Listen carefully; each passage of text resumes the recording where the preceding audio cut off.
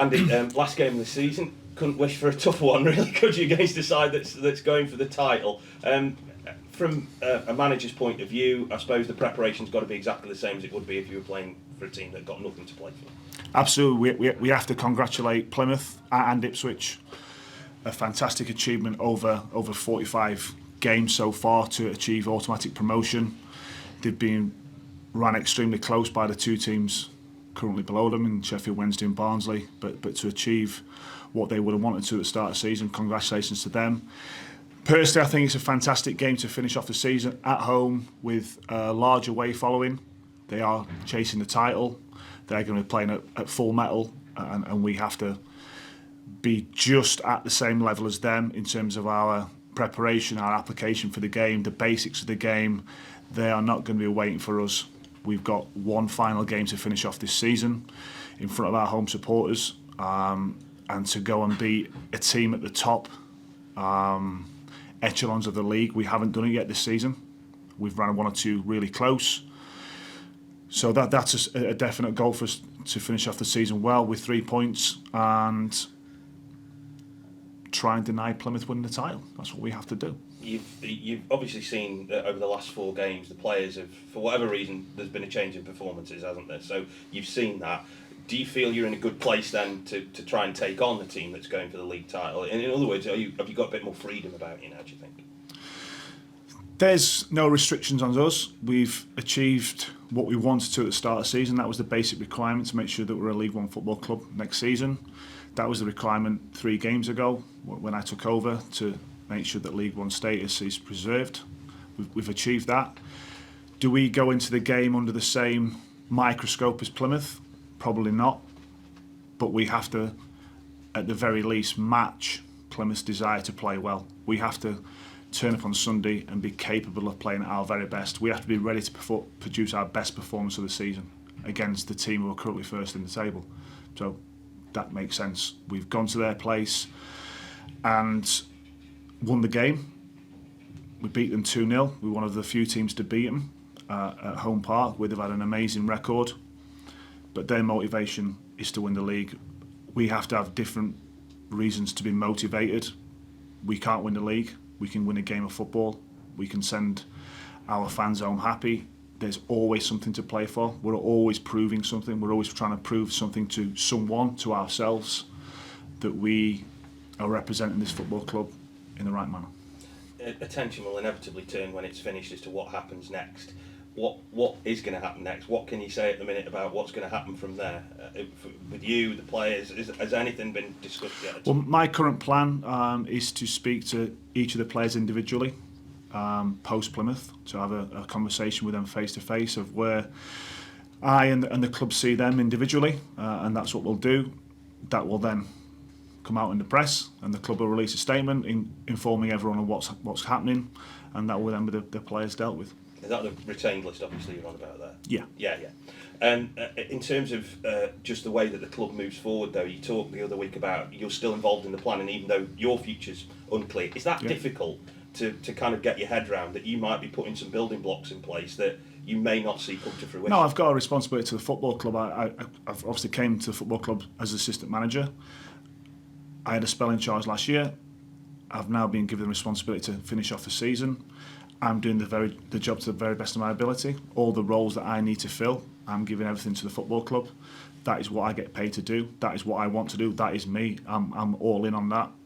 So whether that's pre-season planning, conversation with players, looking at the bigger picture, looking at potential players coming to the football club, I'm involved in all those processes. Do you feel you've put yourself in a good position to get the job if you want it? I feel like I've got the club through this period of time of uncertainty. I think the players have responded. They're the ones who go out and do the work on the pitch. They are the ones who bear the fruit of the week, so to speak. Do I want to progress my career? Do I want to continue to grow? Of course I do.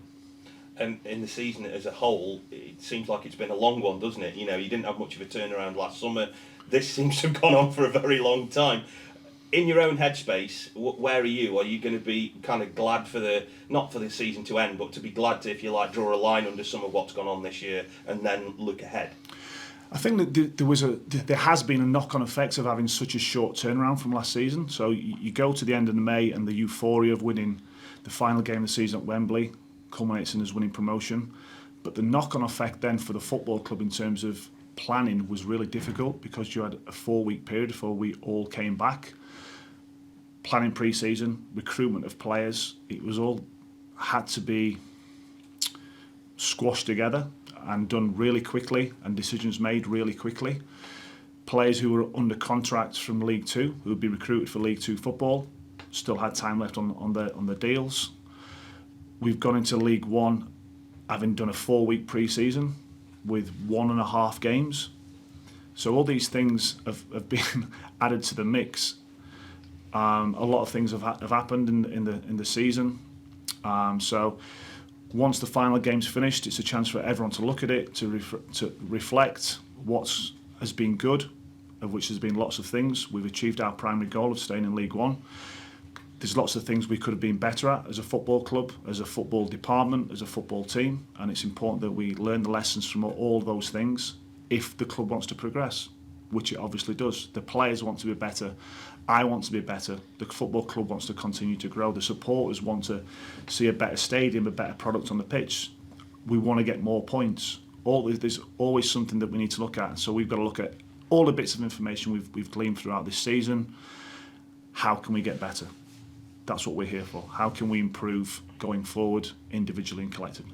Can that planning now be more stable, like you say? Because obviously you're going to have a longer turnaround now, can't you? New manager notwithstanding, but the stuff that goes away from that, can that planning now be more stable because of the longer turnaround time going forward? Of course, it gives you an extra 3 or 4 weeks, but the planning in terms of recruitment for next season has been going on for months in terms of the current playing staff, the contract situation with the current playing staff and coaching team, the recruitment of players who we see fit are the right people, which I think is vital, who are the right players to progress this football club and the right people and players to represent this football club. Okay. And you've obviously given that responsibility despite the fact at this moment in time you're just the interim manager. That's got to be a big factor in the way you're looking at things, isn't it really? And the fact that we all know there's a lot of free transfers around me. Is it difficult at this moment in time just sitting there and thinking, well, those are the players, and then you've got to get that into place with the break? I think we as a football club have to identify the type of person, the type of player that we want to bring to the football club. We can't only have one target for one position. We have to have a number of targets. We have to have a profile of a position that player then fits. Conversations then have to be had with that player, that player's club, that player's representative about a variety of things. And then if we think that person and that player is the right fit for us, we then have to make an offer, which is a drawn out process. Those things don't happen over 24 hours.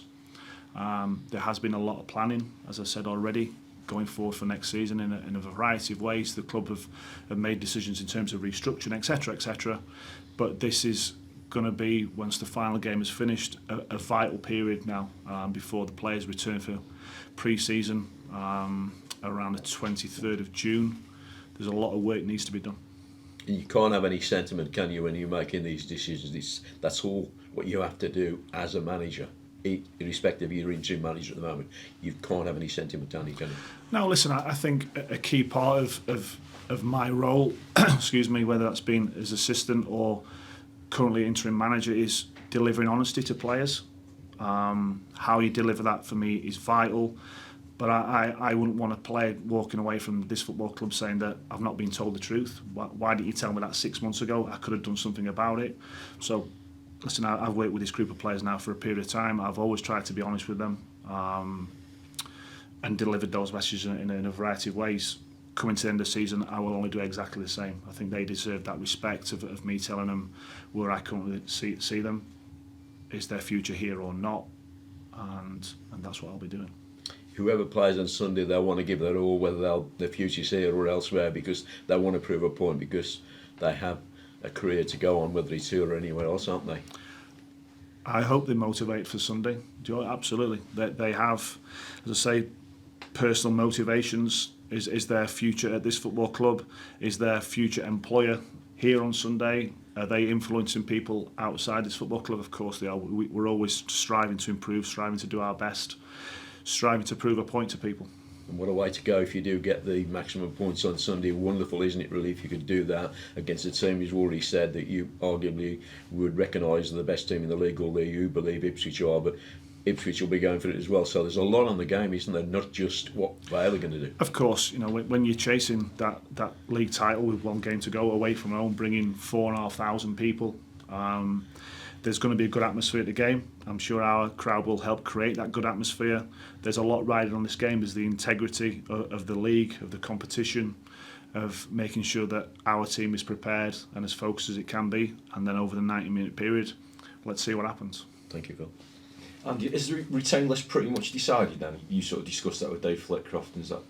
Listen, there's been discussions, I say, ongoing over a period of time of where we see current players. Do they fit into the future plans of the football club?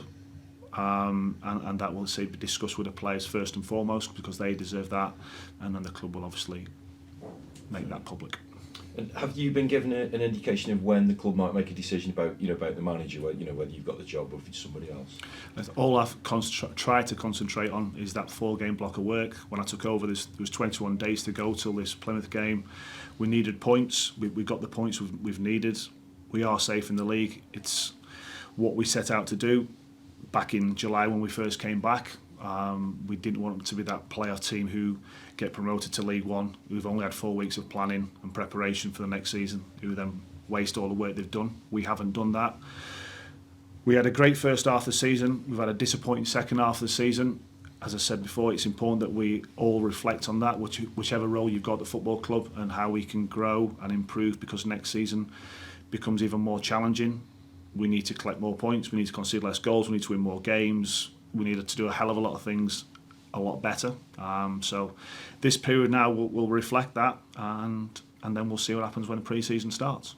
Is the club in a better place maybe than 12 months ago, because you've got this 12 months experience of being in League One? Yeah, I think the club as a whole, the players individually and collectively, have now seen what League One is about. My own personal opinion back in July was that the league is split in two. There's the clubs with the history, the crowd, the finance. You would look at it with 45 games gone, that Oxford are in a position that no one would have predicted, based on the history over the last 3 or 4 seasons, have been a playoff team. MK Dons last season finishing the playoffs have now not had the season they would have wanted. So there's 2 teams who I think everyone would have said at the start of the season they'll be in the top half. Where those teams finish, obviously no one knows at the time. And then there's the other half of the table, of which the likes of Lincoln, the Fleetwoods, the Shrewsburys are top of that next group. It's incredibly tough to take advantage of gaps in the market to infiltrate that top half of the table. It's really challenging for a number of reasons I've already said. But that has to be the next step for the football club. How can we get into that next table, that next area of the football league? And that's what we're trying to do.